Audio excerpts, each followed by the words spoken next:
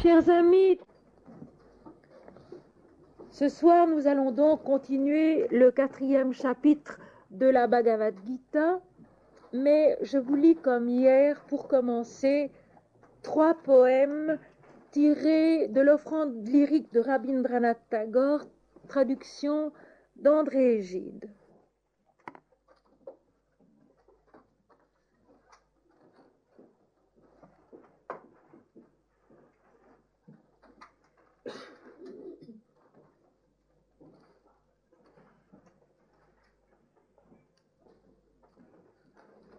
Nom est une prison où celui que j'enferme pleure. Sans cesse je m'occupe à en élever tout autour de moi la paroi, et tandis que de jour en jour cette paroi grandit vers le ciel, dans l'obscurité de son ombre, je perds de vue mon être véritable. Je m'enorgueillis de cette haute paroi. Par crainte du moindre trou, je la replâtre avec de la poudre et du sable. Et pour tout le soin que je prends du nom, je perds de vue mon être véritable. Mon propre nom est une prison où celui que j'enferme pleure. Sans cesse je m'occupe à en élever tout autour de moi la paroi. Et tandis que de jour en jour cette paroi grandit vers le ciel, dans l'obscurité de son ombre, je perds de vue mon être véritable.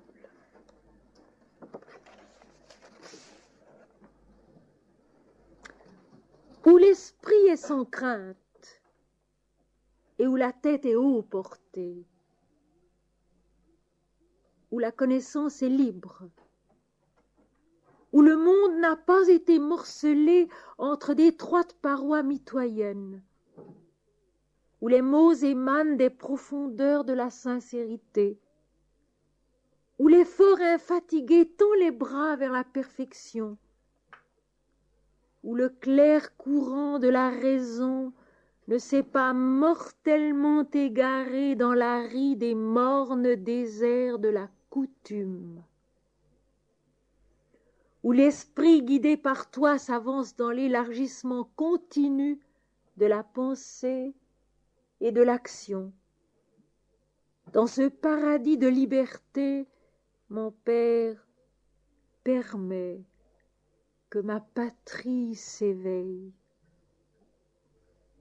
où l'esprit est sans crainte et où la tête est haut portée, où la connaissance est libre, où le monde n'a pas été morcelé entre d'étroites parois mitoyennes, où les mots émanent des profondeurs de la sincérité, où l'effort infatigué tend les bras vers la perfection, où le clair courant de la raison ne s'est pas mortellement égaré dans l'aride et morne désert de la coutume, où l'esprit guidé par toi s'avance dans l'élargissement continu de la pensée et de l'action. Dans ce paradis de liberté, mon Père permet que ma patrie s'éveille. Durant plus d'un jour de paresse, j'ai pleuré sur le temps perdu. Pourtant il n'est jamais perdu, mon Seigneur. Tu as pris dans tes mains chaque petit moment de ma vie. Caché au cœur des choses, tu nourris jusqu'à la germination la semence, jusqu'à l'épanouissement le bouton, et la fleur mûrissante jusqu'à l'abondance du fruit. J'étais là, sommeillant sur mon lit de paresse, et je m'imaginais que tout ouvrage avait cessé. Je m'éveillais dans le matin, et trouver mon jardin plein de merveilles et de fleurs. Durant plus d'un jour de paresse, j'ai pleuré sur le temps perdu. Pourtant il n'est jamais perdu, mon Seigneur. Tu as pris dans tes mains chaque petit moment de ma vie. Et cette phrase encore d'un autre poème: tes siècles se succèdent pour parfaire une frêle fleur des champs. Tes siècles se succèdent pour parfaire une frêle fleur des champs.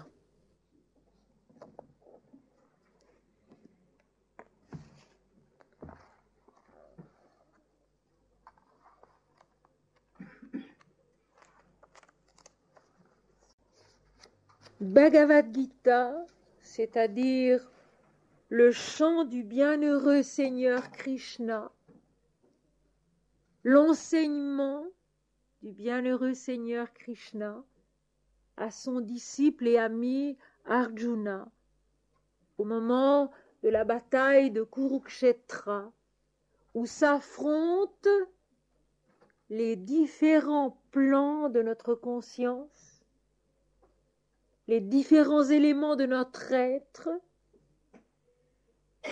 nos différentes facultés, qui sont comme les parents, les frères d'une même famille, cependant en plein combat, parce qu'ils ne parviennent pas à retrouver leur harmonie initiale. Et le 4e chapitre auquel nous nous sommes arrêtés hier commence par l'affirmation de cette unité initiale qui est Dieu, où tout est un, où tout est lumière, où tout est esprit. Et le bienheureux Seigneur Krishna affirme cette unité initiale divine de toute la vie. C'est moi qui l'ai donné comme le chemin du yoga impérissable à toute la vie. Et il ajoute, si je peux te déclarer cette unité essentielle, ancienne, impérissable, c'est parce que tu m'aimes. Et nous étions parvenus ainsi à la première conclusion, c'est que Dieu peut nous instruire de sa nature, de sa réalité, quand nous l'aimons et pas autrement. Ceci est d'ailleurs vrai à tous les niveaux de l'existence. Tant que nous n'aimons pas, nous ne comprenons pas. Tant que nous n'aimons pas, nous ne sommes pas non plus disposés à apprendre. Il faut que nous aimions, que ce soit dans le domaine matériel, que ce soit dans le domaine intellectuel, que ce soit dans le domaine affectif, que ce soit dans le domaine spirituel. Il faut que s'éveille en nous cette intelligence complète qui est d'abord faite d'amour, c'est-à-dire de don de soi, d'oubli de soi, de disponibilité pour recevoir ce qui peut nous être donné. Parce que la vie est un don. Et la compréhension de la vie est un don.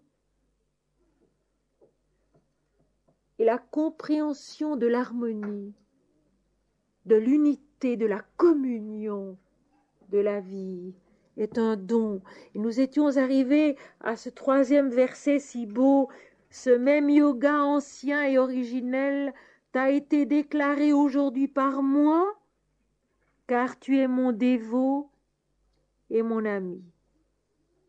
C'est le secret le plus haut. Le secret le plus haut, c'est l'union de l'amour. Et ceci pas seulement dans la Bhagavad Gita, et dans la Bible aussi,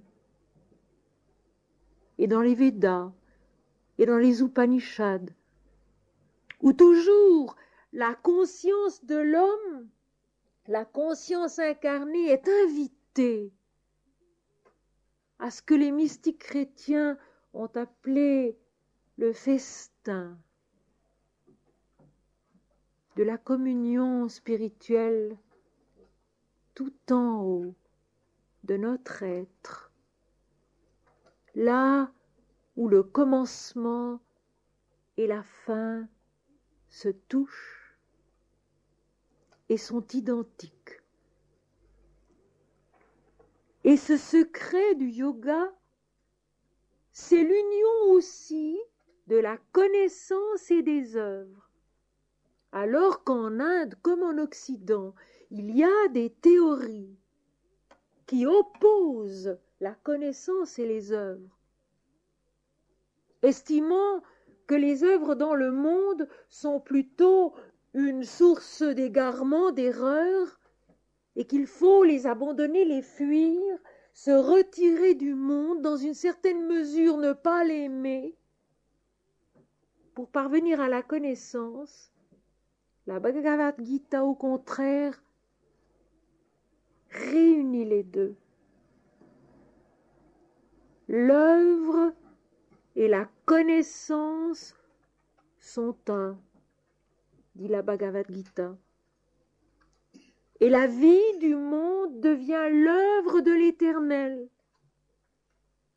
l'œuvre unique de laquelle tous les êtres participent, à laquelle aussi ils participent par leurs travaux, par leurs efforts.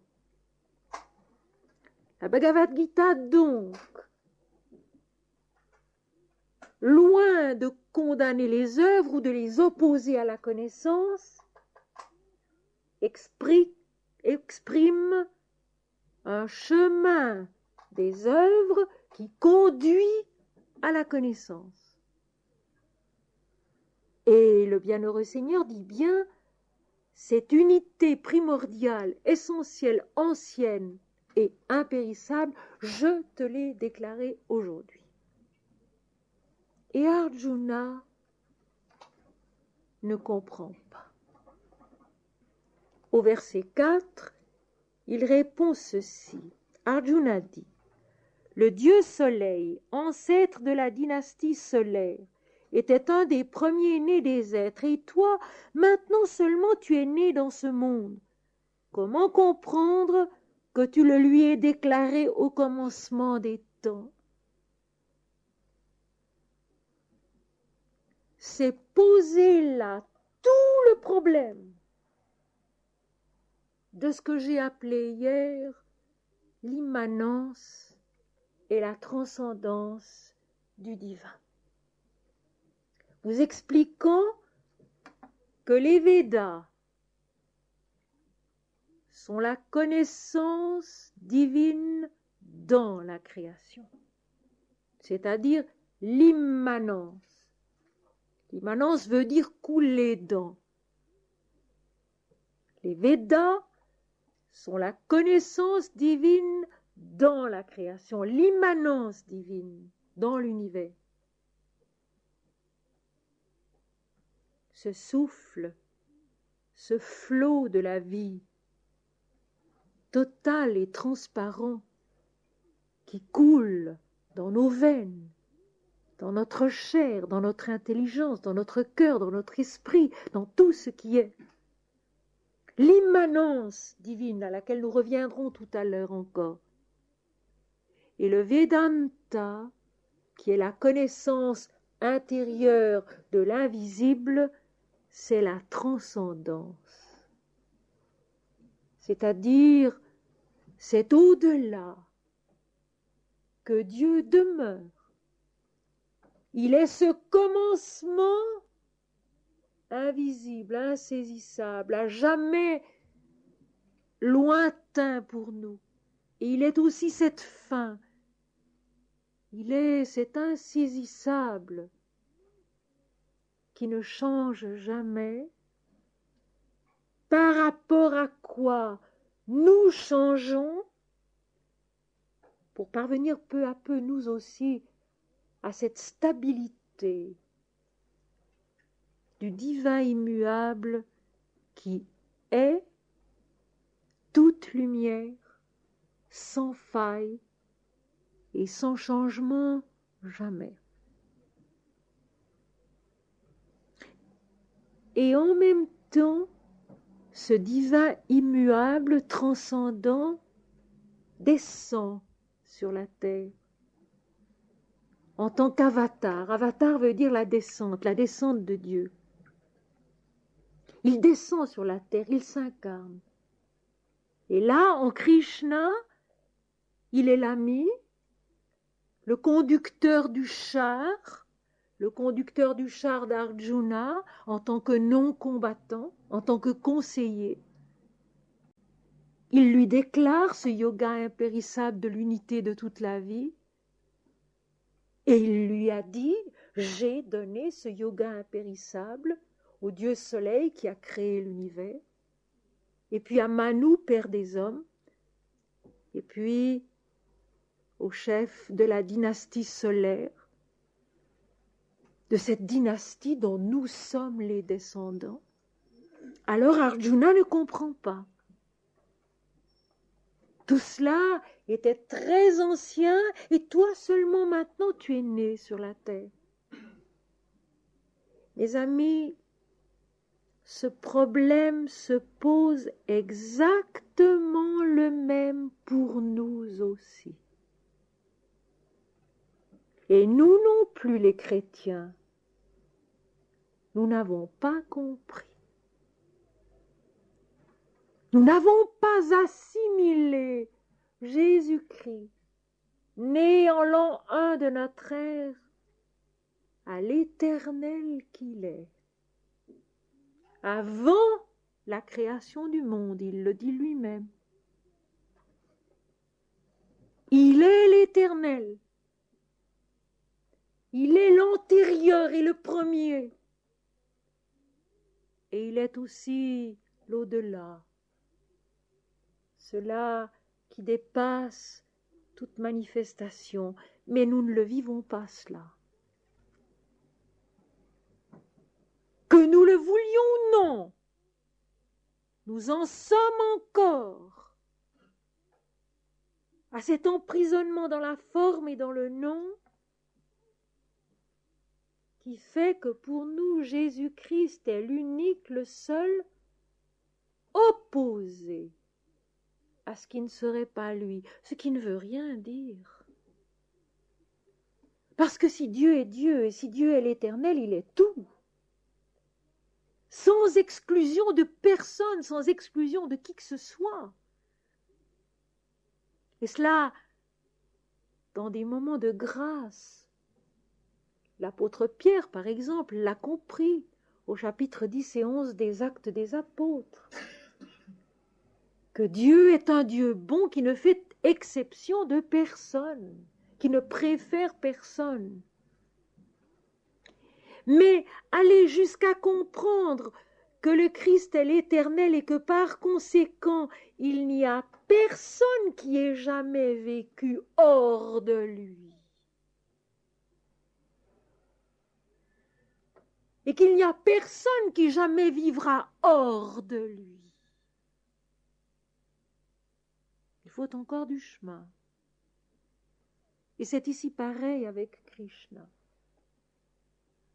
Arjuna ne sait pas, ne comprend pas, ne voit pas que Krishna est le Brahman, l'absolu. au-delà de toute création et portant toute création en soi, qu'il est à la fois l'absolu, le créateur, l'univers et l'humanité, et le Dieu personnel qui s'incarne pour aider le monde à rester dans le bon chemin. Krishna est considéré comme une incarnation du dieu Vishnu, l'un des trois dieux de la trinité créatrice du monde, Brahma, le créateur, Brahma qu'il ne faut pas confondre avec Brahman qui est un nom neutre et qui signifie le sacré. Brahma, le créateur, Shiva, le purificateur, le destructeur, le révélateur de l'unité, et Vishnu, le sauveur, le protecteur de l'univers et des hommes. Et à diverses reprises, quand la terre et le monde et les hommes sont menacés d'être détruits par les forces de l'ignorance et de la nuit, Vishnu s'est incarné sous différentes formes pour aider les hommes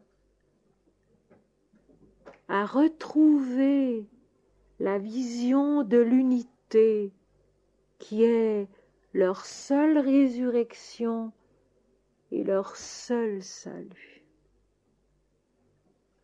Car la résurrection, mes amis, le salut, mes amis, c'est tout simplement de retrouver l'éternité au-dedans de nous-mêmes, de renaître intérieurement de cette deuxième naissance dont Jésus dit naître d'eau et d'esprit, cette deuxième naissance qui est une des bases de la pensée de l'Inde, comme elle est aussi une des bases de l'enseignement du Christ, qui dit au 3e chapitre de l'évangile de Jean, en vérité, je te le dis à Nicodème, si un homme ne naît d'eau et d'esprit, il ne pourra pas entrer dans le royaume de Dieu. Ce royaume de Dieu dont ailleurs Jésus dit qu'il est en nous. Royaume de Dieu, l'éternité radieuse, où toute larme est séchée, dira l'Apocalypse, où l'homme se connaît en Dieu, dans la plénitude de l'être qui est connaissance et béatitude indivisiblement. Eh bien, cela, si pieux soit-il, si habile archer soit-il, c'est-à-dire l'homme dont l'esprit est capable de viser une cible et de ne pas la manquer, ceci matériellement, mais intellectuellement aussi et spirituellement aussi, Arjuna ne le comprend pas. Et c'est en effet quelque chose que le mental humain ne parvient pas à comprendre. Il doit y naître. Il doit dépasser la vision de la dualité qui l'habite et qui le domine tout à fait, pour entrer dans cet abandon intérieur où la vision de l'esprit vient à son secours et lui démontre que tout est un, que tout est Dieu, et que Jésus, comme Krishna, né à un certain moment donné sur la terre, est en même temps ce visage aimable, cette apparence secourable de Dieu qui se donne aux hommes pour qu'ils puissent le connaître, l'aimer, venir à lui. Mais en même temps, et plus authentiquement encore, il est l'éternel, il est l'absolu. Il est le sans forme, le sans visage, celui qui ne porte aucun nom. et qui donne à la vie, à la terre, tous les noms qui la constituent, qui sont des révélations du soi unique. Alors Arjuna, posant cette question à Krishna, va recevoir une réponse dont Sri Aurobindo dit que c'est une des réponses célèbres de la Bhagavad Gita, où Krishna explique, ou tout au moins essaye d'expliquer ce que c'est que l'avatar, c'est-à-dire l'incarnation divine, la descente de Dieu dans une forme humaine, dont Ramakrishna, dont Sri Ramakrishna au siècle dernier dans l'Inde a dit ceci: l'incarnation divine est une seule et toujours la même, sous tous les noms que Dieu se donne dans l'humanité pour se faire connaître et se faire aimer. Opposer un avatar à un autre n'a aucun sens, car l'avatar est un, il est Dieu qui se donne à l'humanité pour l'aider à sortir des ornières, des violences, de l'ignorance et des difficultés dans lesquelles elle se débat. Le bienheureux Seigneur dit: nombreuses sont mes vies passées, et les tiennes aussi, ô Arjuna. Toutes je les connais, mais tu ne les connais pas, ô fléau des ennemis. Et dans ce verset, il y a comme une sorte de progression. Et je commencerai par expliquer les 3 derniers mots. Fléau des ennemis. Dans la bouche de Krishna,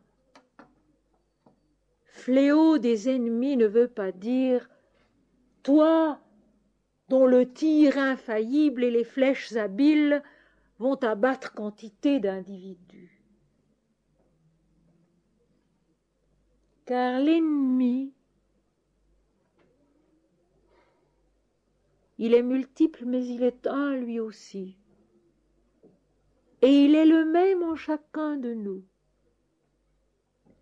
Il est ce fameux moi individuel auquel nous sommes trop attachés. Et la fin de la Bhagavad Gita, qui parlera de l'habile archer et du conducteur du char impartial et parfait, conduisent à la victoire sur qui, sur quoi, comme dans l'Apocalypse, sur le moi individuel qu'en termes philosophiques on appelle l'ego, du mot latin qui signifie moi. Fléau des ennemis. Arjuna est capable de combattre le moi individuel, en lui-même d'abord, chez les autres ensuite. Car la bataille de Kurukshetra, qui veut dire le champ de l'accomplissement du dharma, donc de la loi divine, c'est le champ de la bataille où il n'y aura qu'un seul vaincu. C'est le moi individuel. Et l'Apocalypse possède une phrase qui décrit parfaitement ce seul ennemi qui est notre moi individuel, qui devient notre moi individuel quand nous nous laissons prendre à son orgueil, à son égoïsme, à cette tendance en lui de tout ramener à soi. C'est au chapitre 12 de l'Apocalypse qui est donc la révélation de Dieu. Apocalypse, je le répète, ne veut pas dire cataclysme, mais révélation. Chapitre 12, verset 9. Il est question du grand dragon, du serpent ancien, de la bête, de Satan, qui séduit toute la terre. Quel est l'élément de la vie qui séduit toute la terre? Ce n'est pas l'argent, car il y a des gens que l'argent laisse indifférents. Ce n'est pas la puissance, car il y a des gens que la puissance laisse indifférents. Qu'est-ce que c'est? Eh bien, c'est précisément ce moi individuel qui nous séduit tous, plus ou moins consciemment. Nous sommes attachés à lui et il nous est précieux parce que il est en nous ce centre d'authenticité autour duquel gravite notre vie, gravite notre corps, notre être entier, et il est l'image de Dieu sur la terre. Il est l'ami, comme dit la Bhagavad Gita, mais il devient l'ennemi quand nous en faisons une idole, c'est-à-dire ce à quoi tout se rapporte, tout se ramène, tout est offert, tout est consacré. Et nous savons bien que ce combat-là est un combat difficile pour chacun de nous. Non pas seulement l'égoïsme moral, qui n'en est qu'une partie, mais cet égoïsme fonctionnel, qui d'une part est une défense légitime, qui permet la vie ici-bas, mais qui doit être transcendé. Quand le moi individuel se prend à son propre piège, qu'il se trompe, qu'il se ment à lui-même, et qu'il dit « je suis cette personne », alors il devient Satan, ce piège dans lequel nous tombons. Au lieu de dire « ce corps est Dieu », cette intelligence est Dieu, cette âme est Dieu, cet esprit est Dieu, cette vie est Dieu. Voici mes mains, Seigneur, elles sont ton ouvrage. Voici mes pas, Seigneur, ils sont ton chemin. Voici mes pensées, Seigneur, elles sont ton intelligence. Voici mon cœur, Seigneur, il est ton amour. Voici mon âme, Seigneur, elle est ta joie. Tout est intérieur. Le monde est ta démarche dans l'éternité. Renverser l'échelle des valeurs. Donner à l'invisible plus d'importance qu'au visible, car l'invisible est plus réel que le visible. Fléau des ennemis, toi qui es capable, avec tes flèches, qui sont la discrimination juste, la compréhension juste, la piété, l'amour de Dieu, toi qui es capable en tirant d'atteindre l'ego, et non pas de le détruire, mais de lui permettre de s'épanouir dans ce qu'il est vraiment, l'image du Seigneur.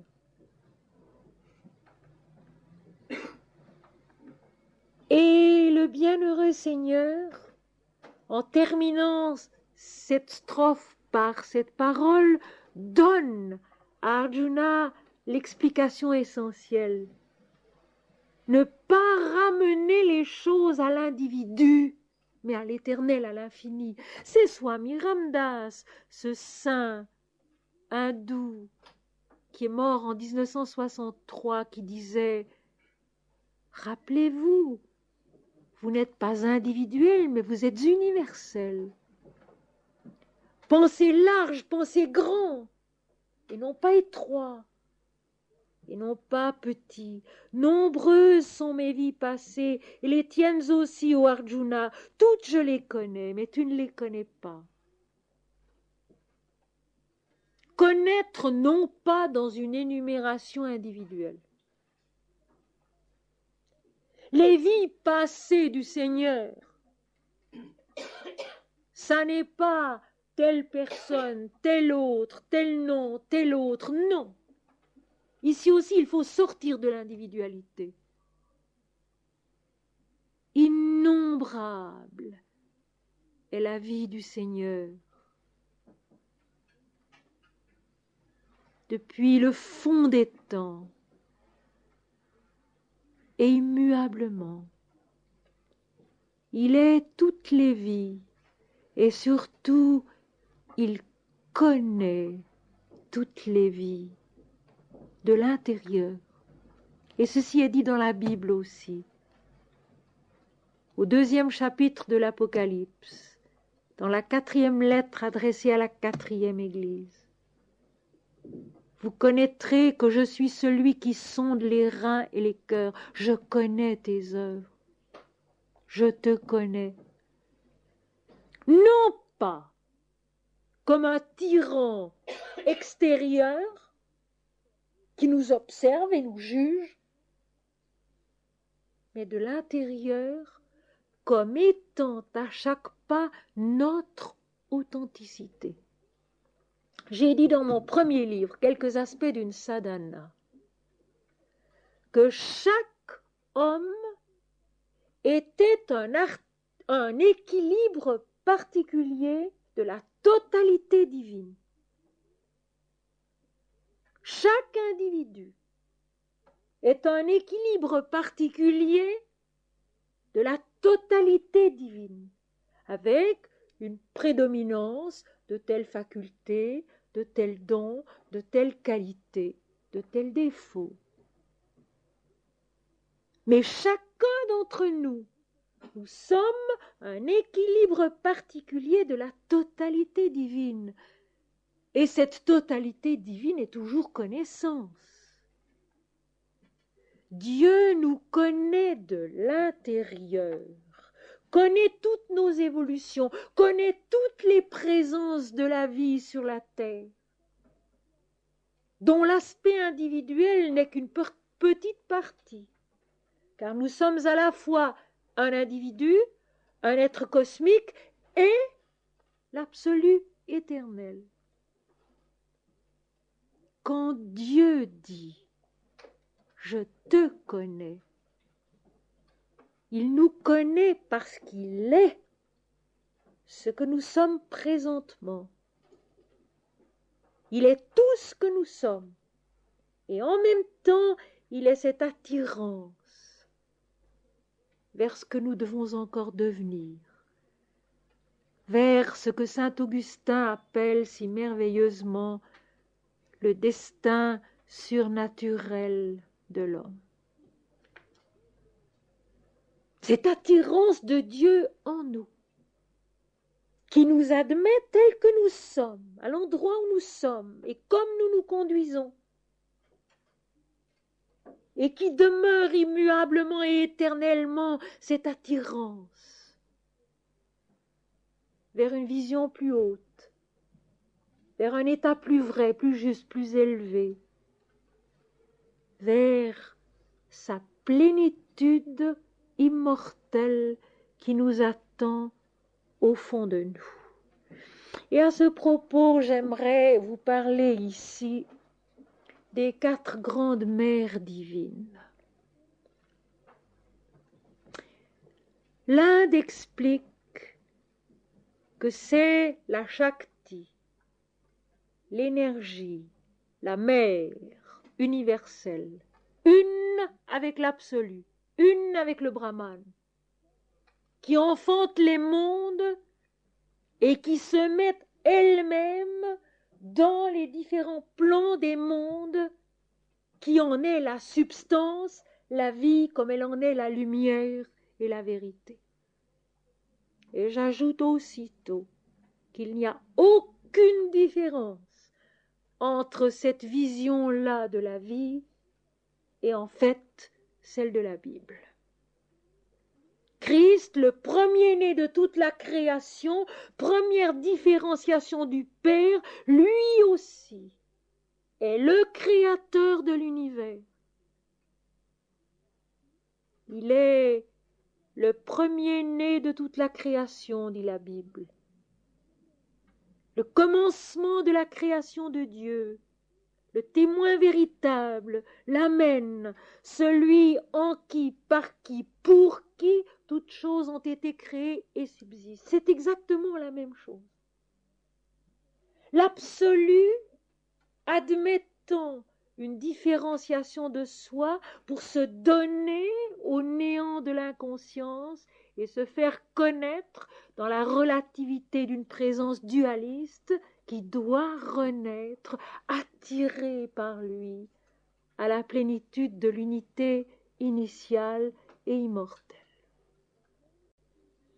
La Shakti, une avec l'absolu, la mère divine, créatrice des mondes qui se met elle-même dans sa création, a dans l'Inde 4 aspects primordiaux dont je vais vous dire quelques mots. Tout d'abord, Maha Ishvari. Maha, M-A circonflexe H-A, veut dire grand. C'est la grande. La grande Ishvari, Ishvari, Ishvara au masculin, veut dire le Seigneur. Maha Ishvari est le Seigneur. On en parle rarement et en fait, on ne l'invoque pas. Pour ceux qui veulent noter, Ishvari, I-S-H-V-A-R-I, accent circonflexe puisqu'il s'agit d'un mot féminin. Maha Ishvari, la grande Ishvari, le grand Seigneur. Elle est la vérité, la justice divine, cette infaillibilité de la vie, où tout est à sa place, selon la loi de Dieu, et où rien ne peut sortir de cette vérité, de cette harmonie, de cet équilibre, dont elle est la parfaite lucidité, qui jamais n'est injuste, qui jamais ne se trompe. C'est elle qui nous connaît au-dedans de nous-mêmes. C'est elle qui sait exactement où nous en sommes, ce que nous sommes. Non pas comme un juge, je le répète, mais parce qu'elle est une avec nous, parce qu'elle est nous-mêmes, parce qu'elle est la vie incarnée sur ce plan-là, avec ses données, avec telle difficulté, avec telle possibilité, et elle sait donc parfaitement ce dont nous avons besoin pour faire le pas suivant. La vie est une succession de pas extérieurs et de pas intérieurs. Et nous, honnêtement, nous sommes incapables de juger du pas qui nous attend. Voilà pourquoi Jésus aussi, quand il enseigne à ses disciples à prier, il leur dit, quand vous priez le Seigneur, ne multipliez pas les paroles, car votre Père, qui voit dans le secret, sait ce dont vous avez besoin avant que vous le lui demandiez. C'est pourquoi la vraie prière est celle-ci. Seigneur, apprends-moi à te connaître, apprends-moi à t'aimer, ou aussi que ton règne vienne, que ta volonté soit faite sur la terre comme au ciel, c'est-à-dire sur tous les plans de l'intelligence et de la vie, sur tous les plans de mon être, de mon intelligence, de mon cœur, de mon âme. Mais c'est toi qui sais. Et c'est une habitude à prendre, mes amis, que de s'en référer ainsi intérieurement au Seigneur qui est Ma Ishvari, qui est la mère. Et permettez-moi ici, mes amis, une toute petite parenthèse que j'ai faite l'autre jour chez Madame Langevin, samedi dernier.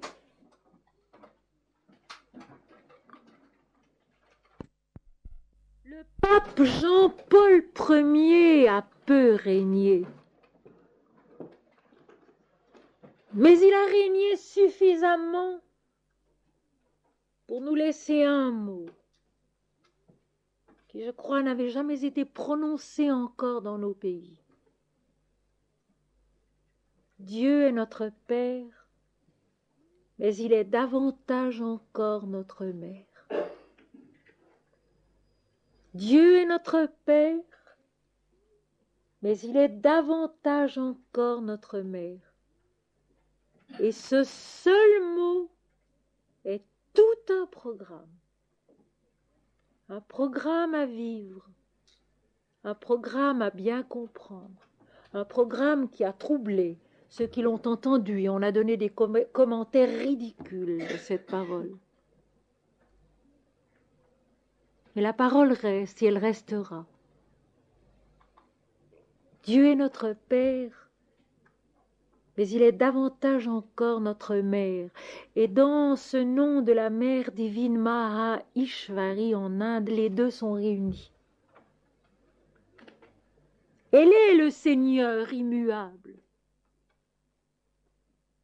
Elle est sa puissance créatrice et révélatrice. Elle est le corps de l'univers. Elle est sa vie.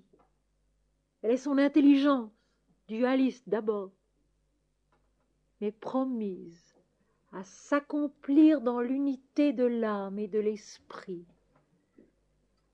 Elle est cette vérité, cette justice parfaite,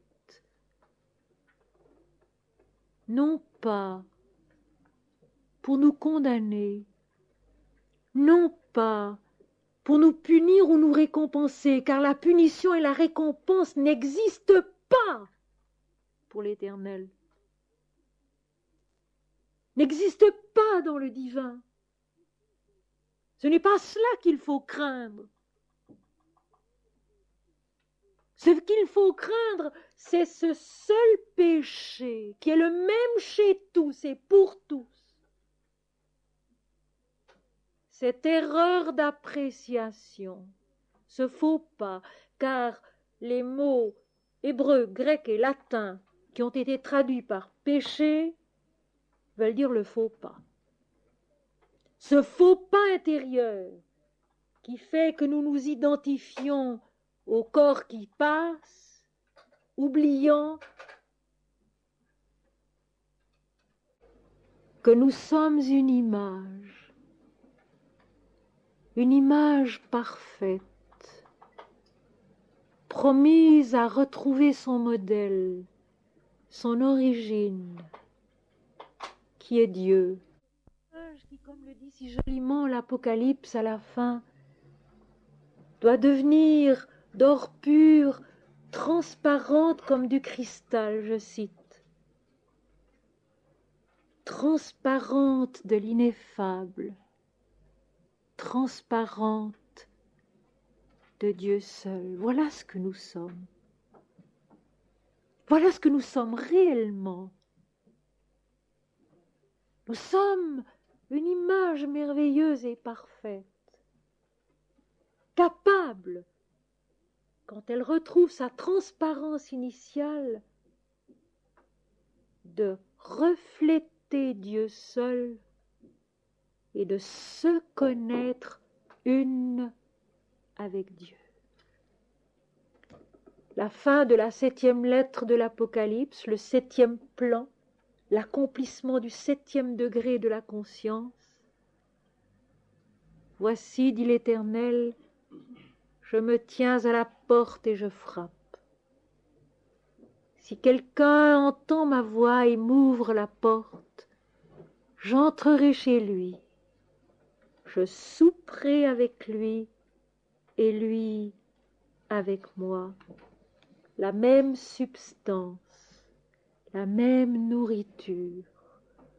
Et nous retrouvons les deux sens si beaux du mot Bethléem, qui veut dire la maison du pain, la maison de Dieu. La maison de Dieu qui devient la maison du pain, c'est-à-dire la nourriture, dont notre âme se repaît et se fortifie pour grandir dans sa justice qui est celle du Seigneur. Maha Ishvari. La mère qui est l'infaillibilité divine en nous. Certes, nous ne pouvons ni comprendre cela, ni le vivre d'un jour à l'autre. Mais nous pouvons nous en souvenir. Et nous en souvenant, peu à peu grandir dans la vérité de ce que disent les mots. C'est un chemin, cela, mes amis. La Bhagavad Gita parle de ce souvenir. Et elle a une jolie phrase quelque part. La colère et la rancœur ôtent la mémoire, dit-elle. La mémoire de qui? La mémoire de quoi? La mémoire de ce que nous sommes. Et nous perdons souvent la mémoire de ce que nous sommes. Alors de répéter le nom de Maha Ishvari, le Seigneur, l'infaillibilité divine en nous, nous remet en mémoire ce que nous sommes.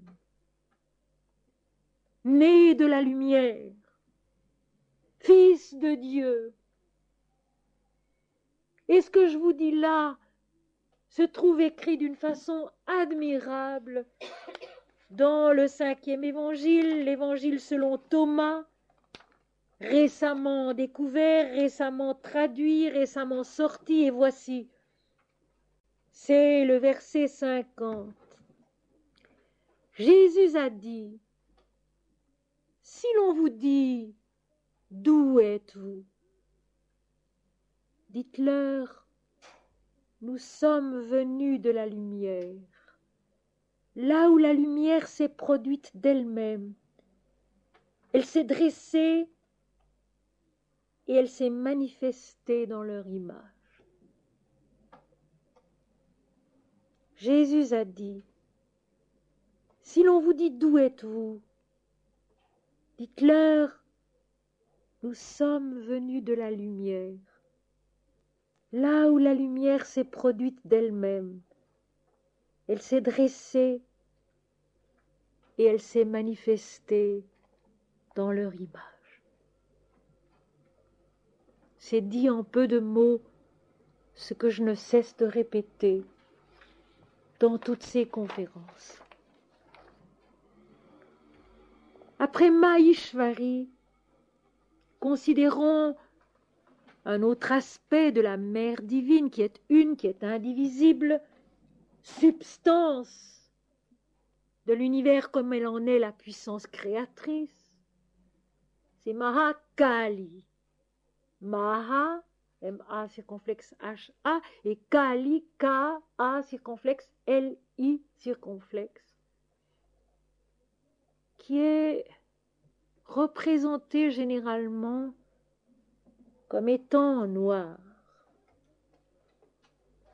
Kali, qui est l'énergie créatrice du dieu Shiva,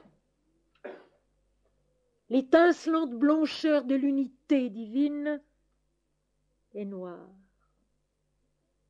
Et elle porte autour de son cou des colliers de crânes humains.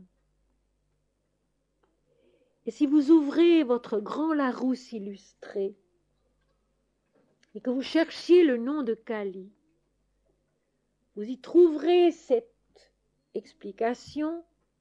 Kali la déesse de l'enfer hindou. D'abord, la sagesse hindoue n'a pas d'enfer. Et deuxièmement, Kali est noire parce qu'elle est le temps qui n'a pas de couleur. C'est un beau symbole. Elle est le temps qui n'a pas de couleur.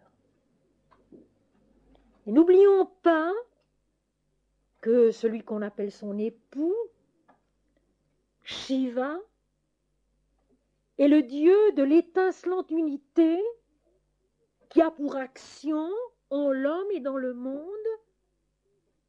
de détruire en nous nos personnalités successives que nous devons abandonner pour monter plus haut, pour croître dans la vérité impersonnelle et totale de l'esprit qu'il représente. Et les crânes des colliers de Kali sont nos têtes successives que l'esprit a coupées, a tranchées, pour nous permettre de renaître plus haut dans la vision de l'unité spirituelle. Kali est souvent appelé Bhavatarini, c'est-à-dire sauveur de l'univers. Vous voyez qu'on est loin de l'enfer.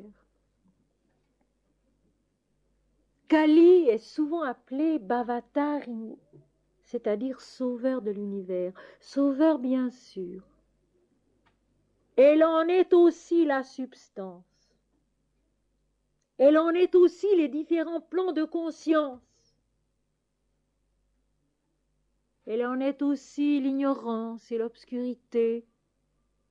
Krishna a quelque part dans la Bhagavad Gita cette parole admirable: j'assume ma création et j'assume aussi son imperfection. J'assume ma création et j'assume aussi son imperfection. Je porte toute la vie manifestée, révélatrice de moi, au travers du jeu des dualités qui doit être assumé, vécu et dépassé. Eh bien, Kali, c'est un peu cet aspect-là. Elle est la mère fulgurante, celle qui active notre progression dans la lumière. L'énergie du divin en nous qui nous pousse en avant, qui nous tenaille et ne nous laisse pas de repos, nous faisant vivre, mourir, renaître, plusieurs fois dans une même vie, afin de naître un jour à la plénitude de l'unité spirituelle qui est toute lumière, toute joie et toute connaissance. Et Maheshwari, le Seigneur infaillible qu'on n'invoque pas, est une avec Mahakali qui, elle, travaille intensément dans le monde et en l'homme pour l'enfanter à sa vérité, à sa réalité, qui est l'unité radieuse de l'absolu.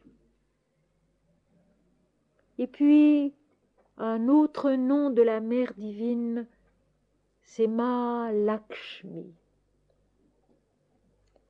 L-A-K-S-H-M-I circonflexe. Mahalakshmi, dont tous les hommes, tous les êtres humains voudraient bien s'attirer les faveurs, car elle est la beauté divine, elle est la richesse divine,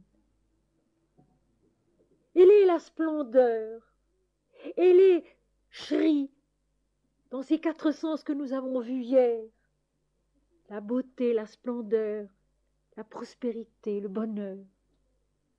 Et si l'une des mères mérite le nom honorifique de Shri, c'est bien Lakshmi. C'est elle qu'on chante quand on dit Shri Shri Ma Jai Ma Jai Jai Ma. Shri Shri Ma Jai Ma Jai Jai Ma. Seigneur, Seigneur, Mère. Gloire, gloire à toi. Lakshmi resplendissante. Lakshmi merveilleuse, l'attirance du divin en nous. Et en même temps l'inaccessible, l'insaisissable. Parce que Lakshmi est en nous cette pureté qui ne tolère pas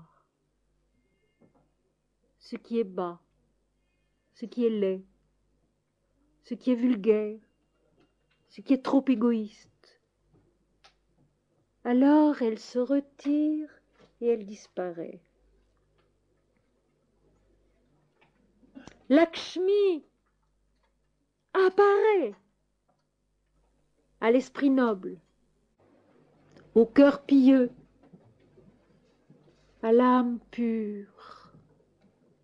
Et quand Jésus dit « Heureux ceux qui ont le cœur pur, car ils verront Dieu », ceci s'applique très exactement à Lakshmi.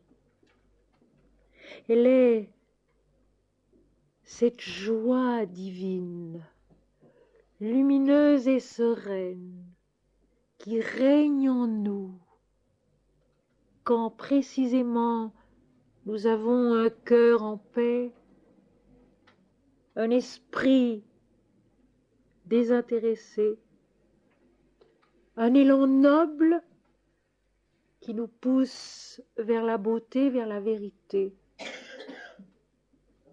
vers la richesse inépuisable de l'esprit quand nous nous tournons vers lui. Parce que ceci, mes amis, c'est merveilleusement vrai. Et quand Sri Aurobindo conseille ceci, une seule chose importe, c'est de se tourner vers la lumière, de se tourner vers l'esprit, la raison. Tout le reste en découle. C'est un fait absolument réel et constant que lorsqu'on se tourne vers l'esprit intérieurement, il y a une fécondité inépuisable qui coule dans nos moindres actes, dans nos moindres pensées, dans nos moindres travaux, comme si notre vie devenait ce que Sri Aurobindo encore appelle d'une façon merveilleuse un écoulement ininterrompu de force d'âme. Voilà ce que nous devons devenir. Un écoulement ininterrompu de force d'âme, où tout naturellement le petit moi-je n'a plus de place. Il est oublié. Alors, effectivement, Lakshmi règne en nous. Elle est cette présence du divin, merveilleuse, féconde, inépuisable, apaisante, consolante, réjouissante, versant en nous une allégresse qui en effet dépasse toutes les joies que la terre peut donner. Mais elle est suprêmement exigeante. Et c'est pourquoi dans l'Inde on dit aussi qu'elle est l'inaccessible. Parce que si nous nous laissons glisser vers un esprit d'égoïsme, de revendication, de rancœur, alors elle disparaît. Et sans que nous ayons pu savoir comment ni pourquoi, elle n'est plus là. Et elle ne revient pas tout de suite. Elle exige de l'homme cet effort continu, tranquille, doux, car elle est douce, elle est calme, mais continue, où il tente d'avoir pour toute chose et pour chacun un amour désintéressé, un dévouement tranquille et qui n'attend aucune récompense, une disponibilité vis-à-vis de la vie qui ne détermine rien d'avance, parce que voyez-vous mes amis, Dieu c'est l'imprévu, c'est l'inconnu toujours, et il doit le rester. Nous cherchons toujours à donner des définitions de Dieu. Elles sont bonnes pour autant que nous les déposions, que nous les dépassions.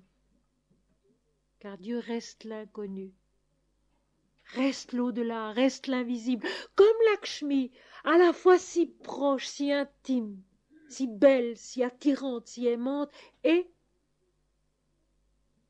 l'inaccessible, vers laquelle il faut grandir, en ayant une attitude noble en toute chose, parce que l'homme est le fils et l'héritier du divin, l'image merveilleuse et parfaite d'un être qui est plus merveilleux et plus parfait encore. Et la vulgarité comme l'égoïsme, comme l'orgueil l'en éloigne. Tandis que la noblesse des pensées, la beauté des actes, la simplicité de l'amour, la générosité du don de soi à chaque instant lui permettent d'avancer pas à pas sur ce chemin dont Jésus dit « Je suis le chemin » et qu'il est en nous comme Mahishvari, Mahakali, Mahalakshmi sont en nous ce chemin, la substance du chemin, sa direction et sa victoire. En avant, toujours en avant, au bout du tunnel il y a la lumière, au bout du combat il y a la victoire. En avant, toujours en avant, au bout de l'effort il y a la certitude, au bout de l'amour il y a Dieu. Et maintenant, le quatrième visage de la mer, Mahasarasvati, S-A-R-A-S-V-A-T-I, accent circonflexe, qui est la mère de la perfection. Elle est celle qui nous veut parfaits, et elle possède aussi toute la patience. Elle est vraiment ce que Rabindranath Tagore dit: des siècles se succèdent pour parfaire une frêle fleur des champs. Des siècles se succèdent pour parfaire une frêle fleur des champs. Mahasarasvati est la mère patiente qui, comme le dit Jésus, vient chercher et sauver ce qui est perdu. L'homme peut tomber 100 fois, 1000 fois, 10 000 fois. Elle revient le chercher. Elle est en nous cet inépuisable pardon, au vrai sens du terme. Car pardonner vient du verbe grec aphiemi qui veut dire jeter au loin, alléger. Elle est en nous cette possibilité toujours présente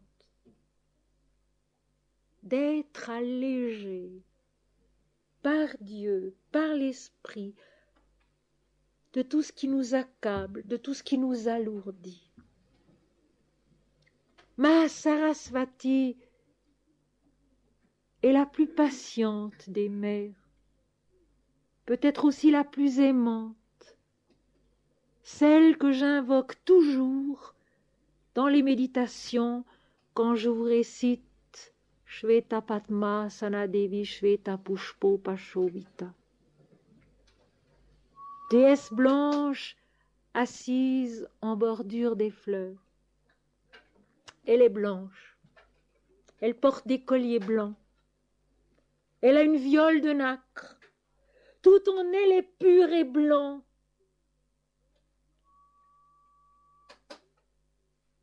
Et elle attend de nous cette blancheur qui est la substance du divin, les vêtements blancs de l'Apocalypse, le visage du Christ qui rayonne comme le soleil dans sa gloire, toute cette blancheur dans les Écritures sacrées, dans les Védas, comme dans la Bible. C'est la substance du divin, blancheur intérieure, étincelante, immaculée, qui est la présence de Dieu dans la vie, en nous. En Sarasvati, tout est blanc. Shveta veut dire blanc. Et chacun des vers de cet hymne commence par Shveta, blanc. Déesse blanche qui est assise sur un lotus blanc, qui porte des colliers et des bracelets blancs, une robe blanche, une viole de nacre qui est blanche aussi. Elle est en nous la persévérance, la fidélité divine, dont la Bible le dit aussi, parlant de la fidélité du Seigneur. Elle est cela, mais elle est davantage encore. Elle porte un autre nom qui est Vach, et qui veut dire le Verbe originel, et créateur, révélateur. Elle est donc, par essence, cette parole de Dieu qui dit que la lumière soit et la lumière fut. Cette parole de la Genèse, créatrice des mondes, mais qui est actuelle. Ce n'est pas une fois, dans la profondeur des temps, que Dieu dit que la lumière soit et la lumière fut. C'est actuellement en nous qu'il peut dire que la lumière soit et la lumière est. Création, naissance en nous de sa vérité, de sa substance. Et cela pas seulement dans notre esprit, mais dans notre être entier. Car je le répète, la Mère divine comme le Christ sont toute la vie, le corps, le mental, le cœur, l'âme, l'esprit.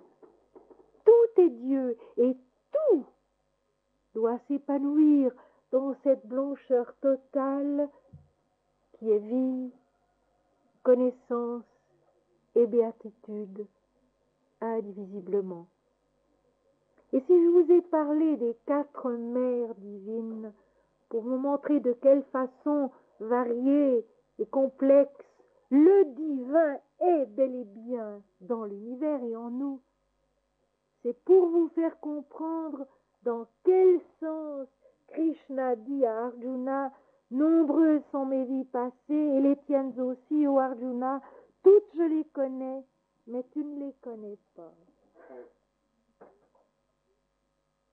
Le divin connaît toutes les vies parce qu'il est toutes les vies. Dans leur individualité, dans leur universalité, dans leur éternité.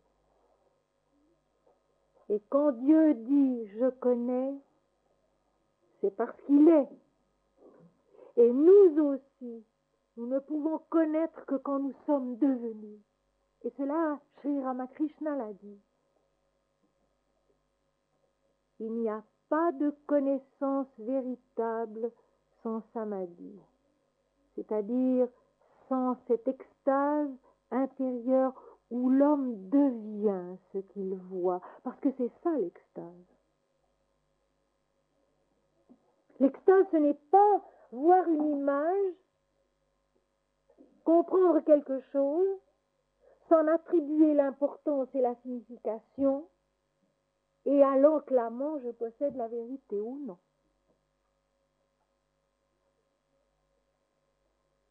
L'extase, c'est naître à quelque chose. C'est devenir quelque chose de la vérité divine qui, comme vous le voyez, est diverse longtemps. L'absolu, c'est très loin. L'absolu, c'est l'état de stabilité immuable dont un vieux texte sanskrit dit stable en l'état de plénitude où il n'est ni moins ni mien. Cet océan de lait indifférencié dont parlent les hindous, qui est Satchidananda, l'être qui est connaissance et béatitude. L'extase, c'est un moment où tous les éléments de notre être sont unifiés, sont harmonisés, dans un élan qui adhère à quelque chose qui descend en nous et qui s'éveille en nous. Et quand on en revient, on n'est pas le même. On n'est plus jamais le même. Même si notre entourage n'envoie. C'est vraiment un passage où quelque chose de nous meurt, qui était moins important, moins élevé, et où nous naissons, avec tout ce que nous sommes, à un état de vie, d'intelligence, de compréhension, d'amour, que nous n'avions pas connu auparavant. C'est dans ce sens-là que Krishna dit « je connais ». Il connaît parce qu'il est. Et nous aussi, nous ne connaissons que quand nous sommes devenus autre chose. Et c'est d'ailleurs la soif qui nous habite, tous. Croître dans une stabilité intérieure, dans une certitude intérieure, dans une vérité intérieure. Savoir aussi que ce à quoi nous sommes nés n'est jamais définitif, est toujours le commencement d'un épanouissement encore plus grand, encore plus élevé, encore plus pur, encore plus complet, encore plus beau. Ne jamais se satisfaire de ce qui est, et savoir qu'il faut aller plus loin. C'est Swami Ramdas qui le dit. Plus loin, toujours plus loin, plus haut, toujours plus haut. Et dans ce sens, mes amis, les artistes sont des êtres privilégiés. Parce que cela, ils le portent en eux. Un artiste, un vrai, n'est jamais satisfait de ce qu'il a fait. Il voit toujours ce qu'il devrait parfaire encore et ce qu'il ne peut parfaire qu'en le devenant. Qu'il soit créateur ou interprète, un artiste ne peut être meilleur que s'il est devenu meilleur. Il faut qu'il soit. Autrement, son art n'est qu'un artifice. Pour que l'art soit vrai, il faut que l'artiste, créateur ou interprète soit dévoré de ce besoin de perfection qui ne l'abandonne jamais. Et c'est un chemin de Dieu, cela. C'est même l'exemple type du chemin de Dieu, où l'homme sait qu'il doit devenir encore et encore devenir quelque chose de mieux, quelque chose de plus pur, de plus élevé. Alors Sarasvati l'aide, car elle le veut parfait. Et elle le veut parfait avec amour et avec patience. Et je répète, il n'y a à craindre aucune punition, mais il y a aussi à ne souhaiter aucune récompense. Les deux choses se tiennent. Et il y a des paraboles du Christ qui expliquent cela très bien. Que le seul gain de l'homme, c'est Dieu, et Dieu seul. L'un, et rien d'autre. Et nul ne le mérite davantage qu'un autre. Quand il est l'heure, cela s'accomplit. Et quand cela s'accomplit, l'individu n'existe plus. C'est l'univers entier qui se connaît en Dieu. Verset suivant.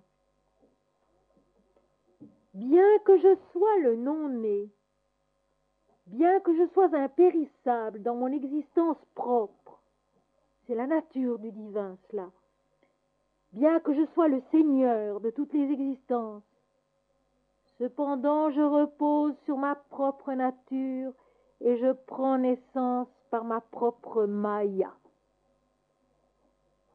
Expliquons d'abord le terme connu mais mal compris de Maya. M majuscule, A circonflexe, Y, A circonflexe, Maya. Maya, l'illusion. Maya, si on pousse les choses très loin, le mensonge de l'apparence qui ramène tout à la forme et au nom et qui empêche la conscience incarnée de monter jusqu'à l'impersonnel, jusqu'à l'éternel, jusqu'au divin. Mais nous avons une référence qui n'est pas si ancienne que cela. Car c'est Ramakrishna, Sri Ramakrishna, qui affirme que Maya, la mère divine, car elle l'est aussi, puisqu'elle est la créatrice des formes, lui a dit « Je suis le Nirguna Brahman et le Saguna Brahman des Upanishads. » Nirguna, N-I-R, G-U-N-A, Nirguna Brahman, donc le Brahman absolu, le Brahman impersonnel. Nirguna Brahman veut dire sans qualité, absolu, immuable, stable. Et c'est donc l'absolu. Celui qui n'a pas de qualité, celui qui n'a pas de forme, qui n'a pas de nom. Je suis le Nirguna Brahman des Upanishads, Upanishads qui sont des textes védantiques, c'est-à-dire des textes ayant rapport avec la transcendance de l'éternel. Et je suis le Saguna Brahman, S-A-G-U-N-A, le Brahman avec qualité, le Brahman qui a accepté de se différencier pour se faire connaître dans une forme et un nom différenciés. Je suis le Nirguna Brahman et le Saguna Brahman des Upanishads. Je suis les deux, l'impersonnel et le personnel. Telle est la mère divine, tel est le Christ, l'impersonnel et le personnel, l'éternel et l'actuel, la présence qui peut être captée par nous, qui peut être vue par nous, qui doit être aimée par nous, parce que cette présence est le chemin de l'impersonnel absolu.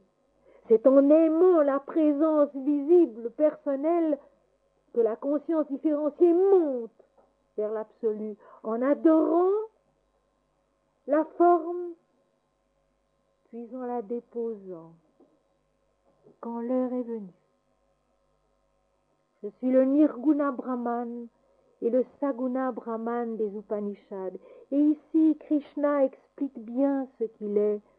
Je suis le non-né, l'éternel, l'absolu, celui qui n'a pas d'origine, pas de fin. Je suis impérissable dans mon existence propre. La nature de Dieu, c'est l'éternité. La nature de Dieu, c'est l'impersonnalité. La nature de Dieu, c'est la lumière absolue. Et en même temps, étant le Seigneur de toutes les existences, je repose sur ma propre nature, sur ma propre création, et je prends naissance par ma propre maya, par l'illusion des formes apparentes sur la terre. Et nous revenons à notre problème d'hier, d'hier-avant-hier, de toujours. L'incarnation divine qui est l'absolu indifférencié, le Créateur, la Mère divine, l'univers lui-même, l'humanité, et en même temps, cette différenciation merveilleuse de Noël, Dieu sur la terre parmi les hommes. Et mardi soir, je vous expliquais ce que c'était que Noël. Le vrai mystère, le vrai miracle de Noël, qui est cette rencontre parfaite entre la vision de l'esprit et l'accomplissement sur la terre. Les bergers avaient reçu ce qui leur avait été annoncé par la lumière de l'ange au-dedans d'eux-mêmes, non pas extérieurement, mais dans leur conscience. Et puis ils sont allés voir, et ce qu'ils ont vu était conforme à ce qui leur avait été annoncé. Et le miracle de Noël, c'est cela. Cette rencontre parfaite entre la vision intérieure de l'esprit, qui est toute lumière, et l'accomplissement sur la terre, où c'est vraiment Dieu dans une forme humaine. Cela aussi, nous avons de la peine à le comprendre, nous avons de la peine à le croire. Et vous savez comme moi, mes amis, que Jésus venant sur la terre n'a été reconnu et admis comme fils de Dieu que par une douzaine de disciples et peut-être quelques centaines d'amis, c'est tout. Ça n'est pas évident.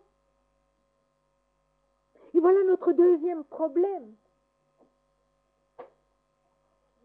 La lucidité de la foi qui est capable de reconnaître Dieu en une présence humaine ici-bas.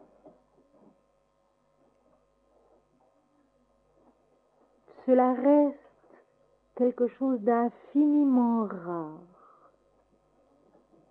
Cela reste quelque chose d'infiniment rare. Tout à l'heure, le bienheureux Seigneur le dira, chaque fois que le dharma, c'est-à-dire la loi juste et divine, s'efface et que monte l'injustice, alors je prends naissance ce qui pour moi est la plus merveilleuse définition qui soit du pardon, de cet allègement qui est apporté à l'homme et à l'humanité dans sa souffrance pour lui permettre de repartir. Ça n'est pas tous les jours. Et Jésus a prévu ce qui se passe de nos jours et ce qui s'est passé à bien d'autres époques aussi. Le royaume de Dieu ne vient pas de manière à frapper les regards. On ne dira point il est ici ou il est là, car voici le royaume de Dieu est au-dedans de vous. Et il dit aux disciples, des jours viendront où vous désirerez de voir un des jours du Fils de l'homme, un des jours du Fils de l'homme, une des descentes, un des avatars du Fils de l'homme, et vous ne le verrez point. On vous dira, il est ici, il est là, n'allez pas, ne courez pas après, car comme l'éclair resplendit et brille d'une extrémité du ciel à l'autre, ainsi sera le Fils de l'homme en son jour. Ce n'est pas fréquent, surtout, ce n'est pas le succès du moment. Et ceci, il faut s'en souvenir. Parce que dans le texte que je viens de vous lire, c'est Jésus qui parle. Et non pas une quelconque affiche qui annonce qu'un tel est Dieu sur la terre.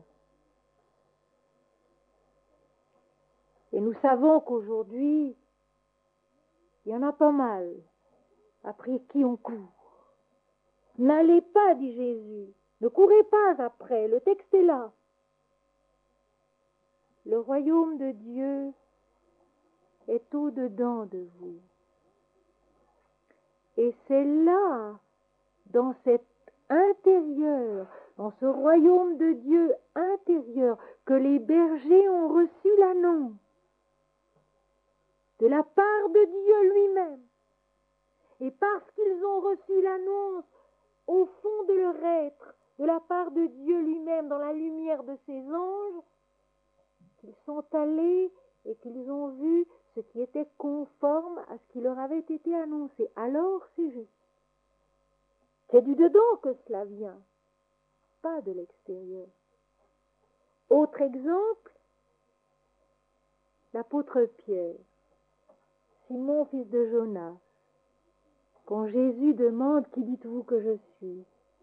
et qu'il répond « Tu es le Christ, le Fils du Dieu vivant », Jésus lui donne l'explication. « Tu es heureux, Simon, fils de Jonas, car ce ne sont pas la chair et le sang qui t'ont appris cela, mais c'est mon Père qui est dans les cieux. » Les plans inférieurs de la conscience étant dépassés, Dieu a parlé en Pierre, qui a compris que Jésus était le Christ, le Fils du Dieu vivant. C'est de l'intérieur que vient l'annonce, la reconnaissance ineffable, non pas de l'extérieur. C'est une grâce intérieure qui nous permet de reconnaître l'Éternel en Jésus-Christ, qui nous permet de reconnaître la Mère divine en Ramakrishna. C'est une grâce intérieure. Ce n'est pas un événement extérieur. Chaque fois que le dharma s'efface et que monte l'injustice, alors je prends naissance.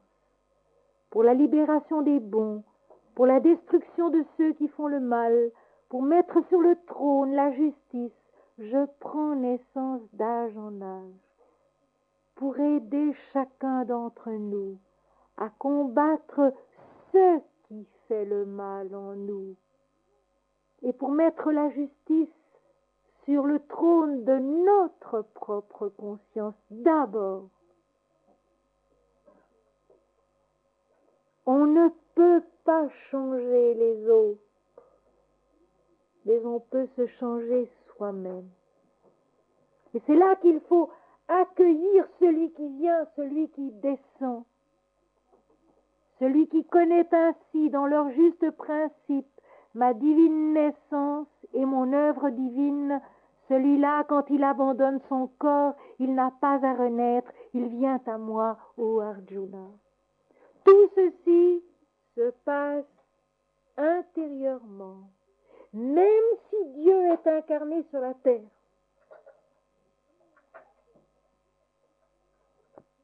Pas cette adhésion intérieure, cette préparation intérieure, cette montée intérieure qui va à la rencontre de celui qui vient et qui descend. La grâce de la reconnaissance ineffable au-dedans de nous ne peut pas avoir lieu.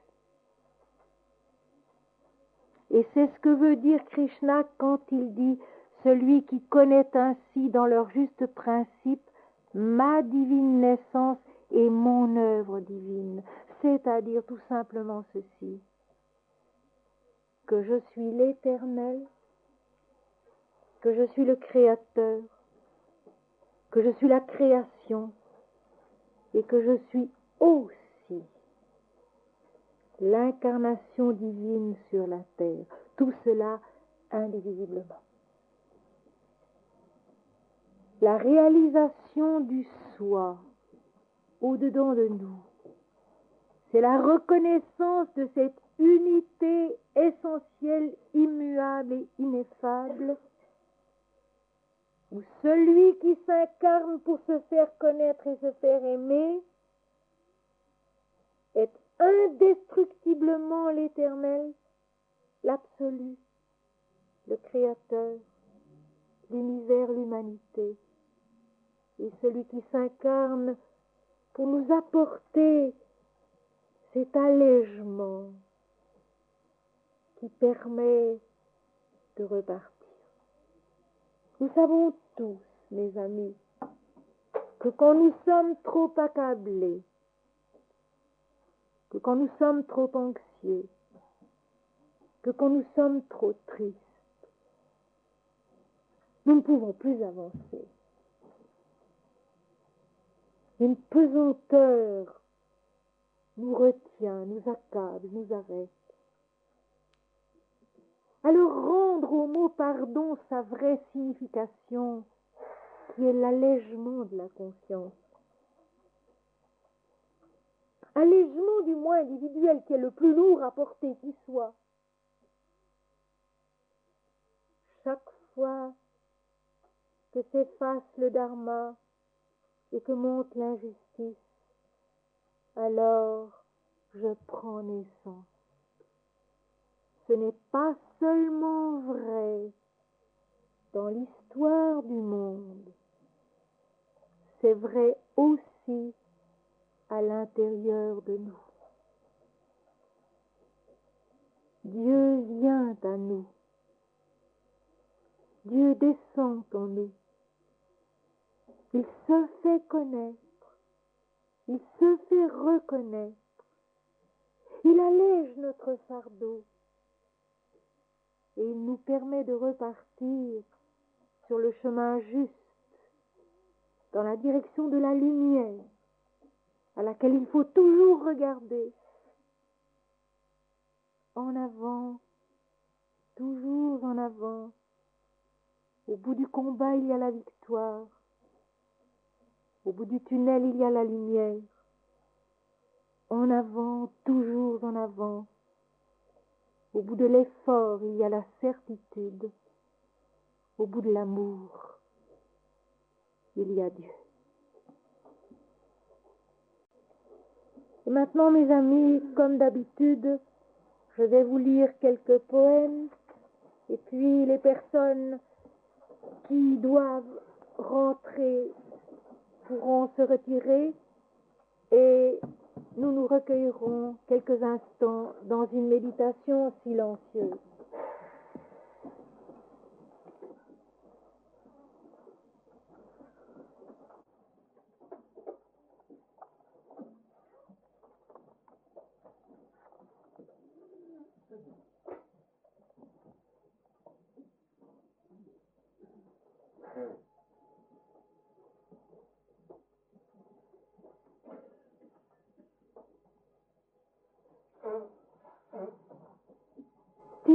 d'abord du journal spirituel. Travaillez humblement, pas après pas, avec persévérance et honnêteté, sans se soucier de la réussite qui appartient à Dieu.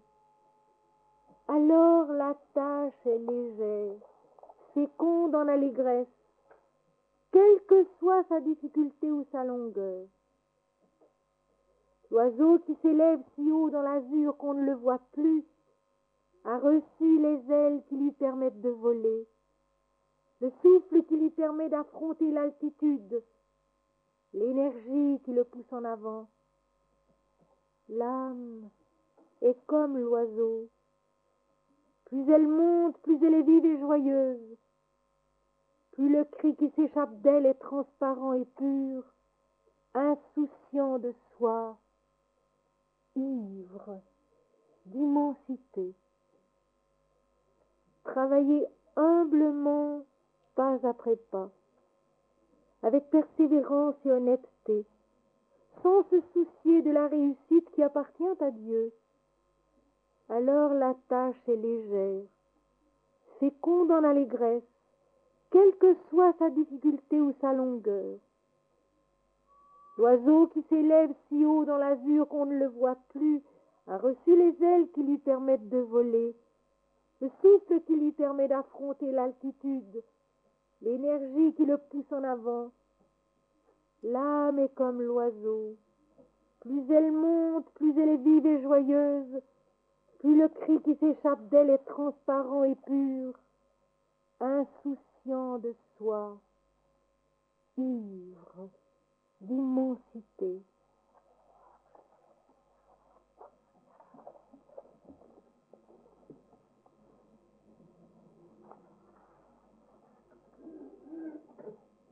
De l'exégèse spirituelle de la Bible. À mesure que la vision rayonnante de la vérité envahit la conscience de l'homme, l'importance relative du corps et du mental s'amenuise. L'absolu gagne du terrain. La différenciation, la perception dualiste de l'univers visible perd sa prépondérance. L'ego est moins agressif. Sa souveraineté pâlit et s'efface devant le soi unique et resplendissant qui rétablit son règne indiscutable sur l'être. Il faut qu'il croisse et que je diminue. Cette domination que la révélation exerce sur la conscience est tout autre chose qu'un servage, qu'une agitation, que l'exubérance physique de la joie ou la fébrilité verbale du mental. Je répète parce que c'est très important.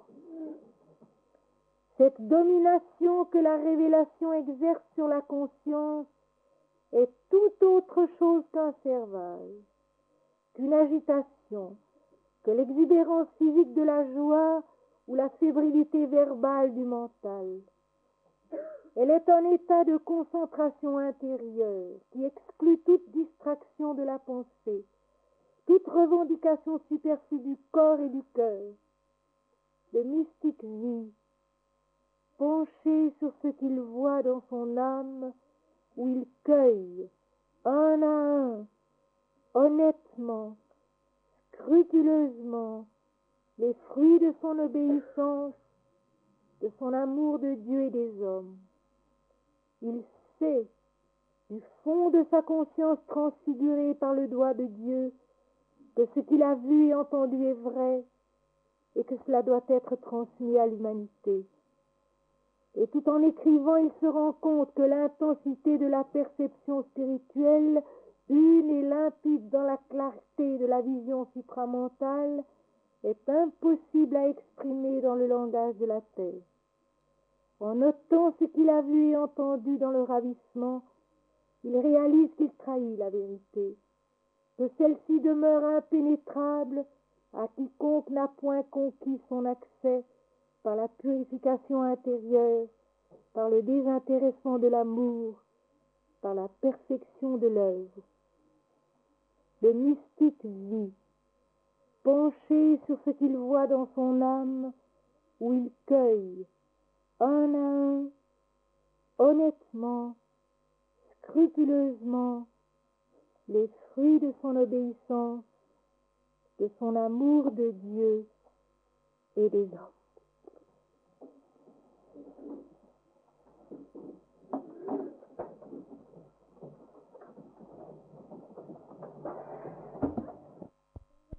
Toi, ces onguents parfumés, tu passes dans tes doigts les perles du rosaire, dont les 8 chants sacrés désignent le salut. Sur ton front, le santal verse une huile odorante. Un roi musicien prépare sous sa tente la viole de nacre et l'archet qui t'ont plu. Tes colliers transparents chantent l'âme des mers. Tes bracelets d'ivoire ont la fierté sauvage des éléphants divins émigrants du désert, et tes bagues de lait sont l'oubli des nuages.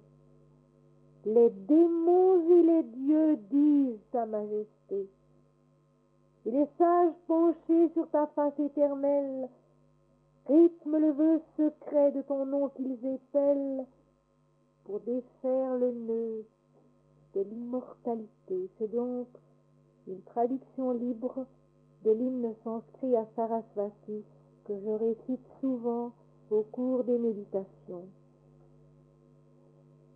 Déesse blanche assise en bordure des fleurs, couronnée de jasmin, parée à la ceinture d'une rose de lys, sur le lin sans couture de ta robe tombée de lunaire pâleur. Déesse blanche admise au fleuve immaculé qui coule des sommets du ciel pour te distraire et répandre sur toi ses onguents parfumés. Tu passes dans tes doigts les perles du rosaire dont les 8 chants sacrés désignent le salut. Sur ton front le santal verse une huile odorante. Un roi musicien prépare sous sa tente la viole de nacre et l'archet qui t'ont plu. Tes colliers transparents chantent l'âme des mers. Tes bracelets d'ivoire ont la fierté sauvage des éléphants divins émigrants du désert, et tes bagues de lait sont l'oubli des nuages. Les démons et les dieux disent ta majesté, et les sages penchés sur ta face éternelle rythment le vœu secret de ton nom qu'ils épellent pour défaire le nœud de l'immortalité. Sarasvati, la blancheur, c'est la substance du divin, le rayonnement de l'esprit.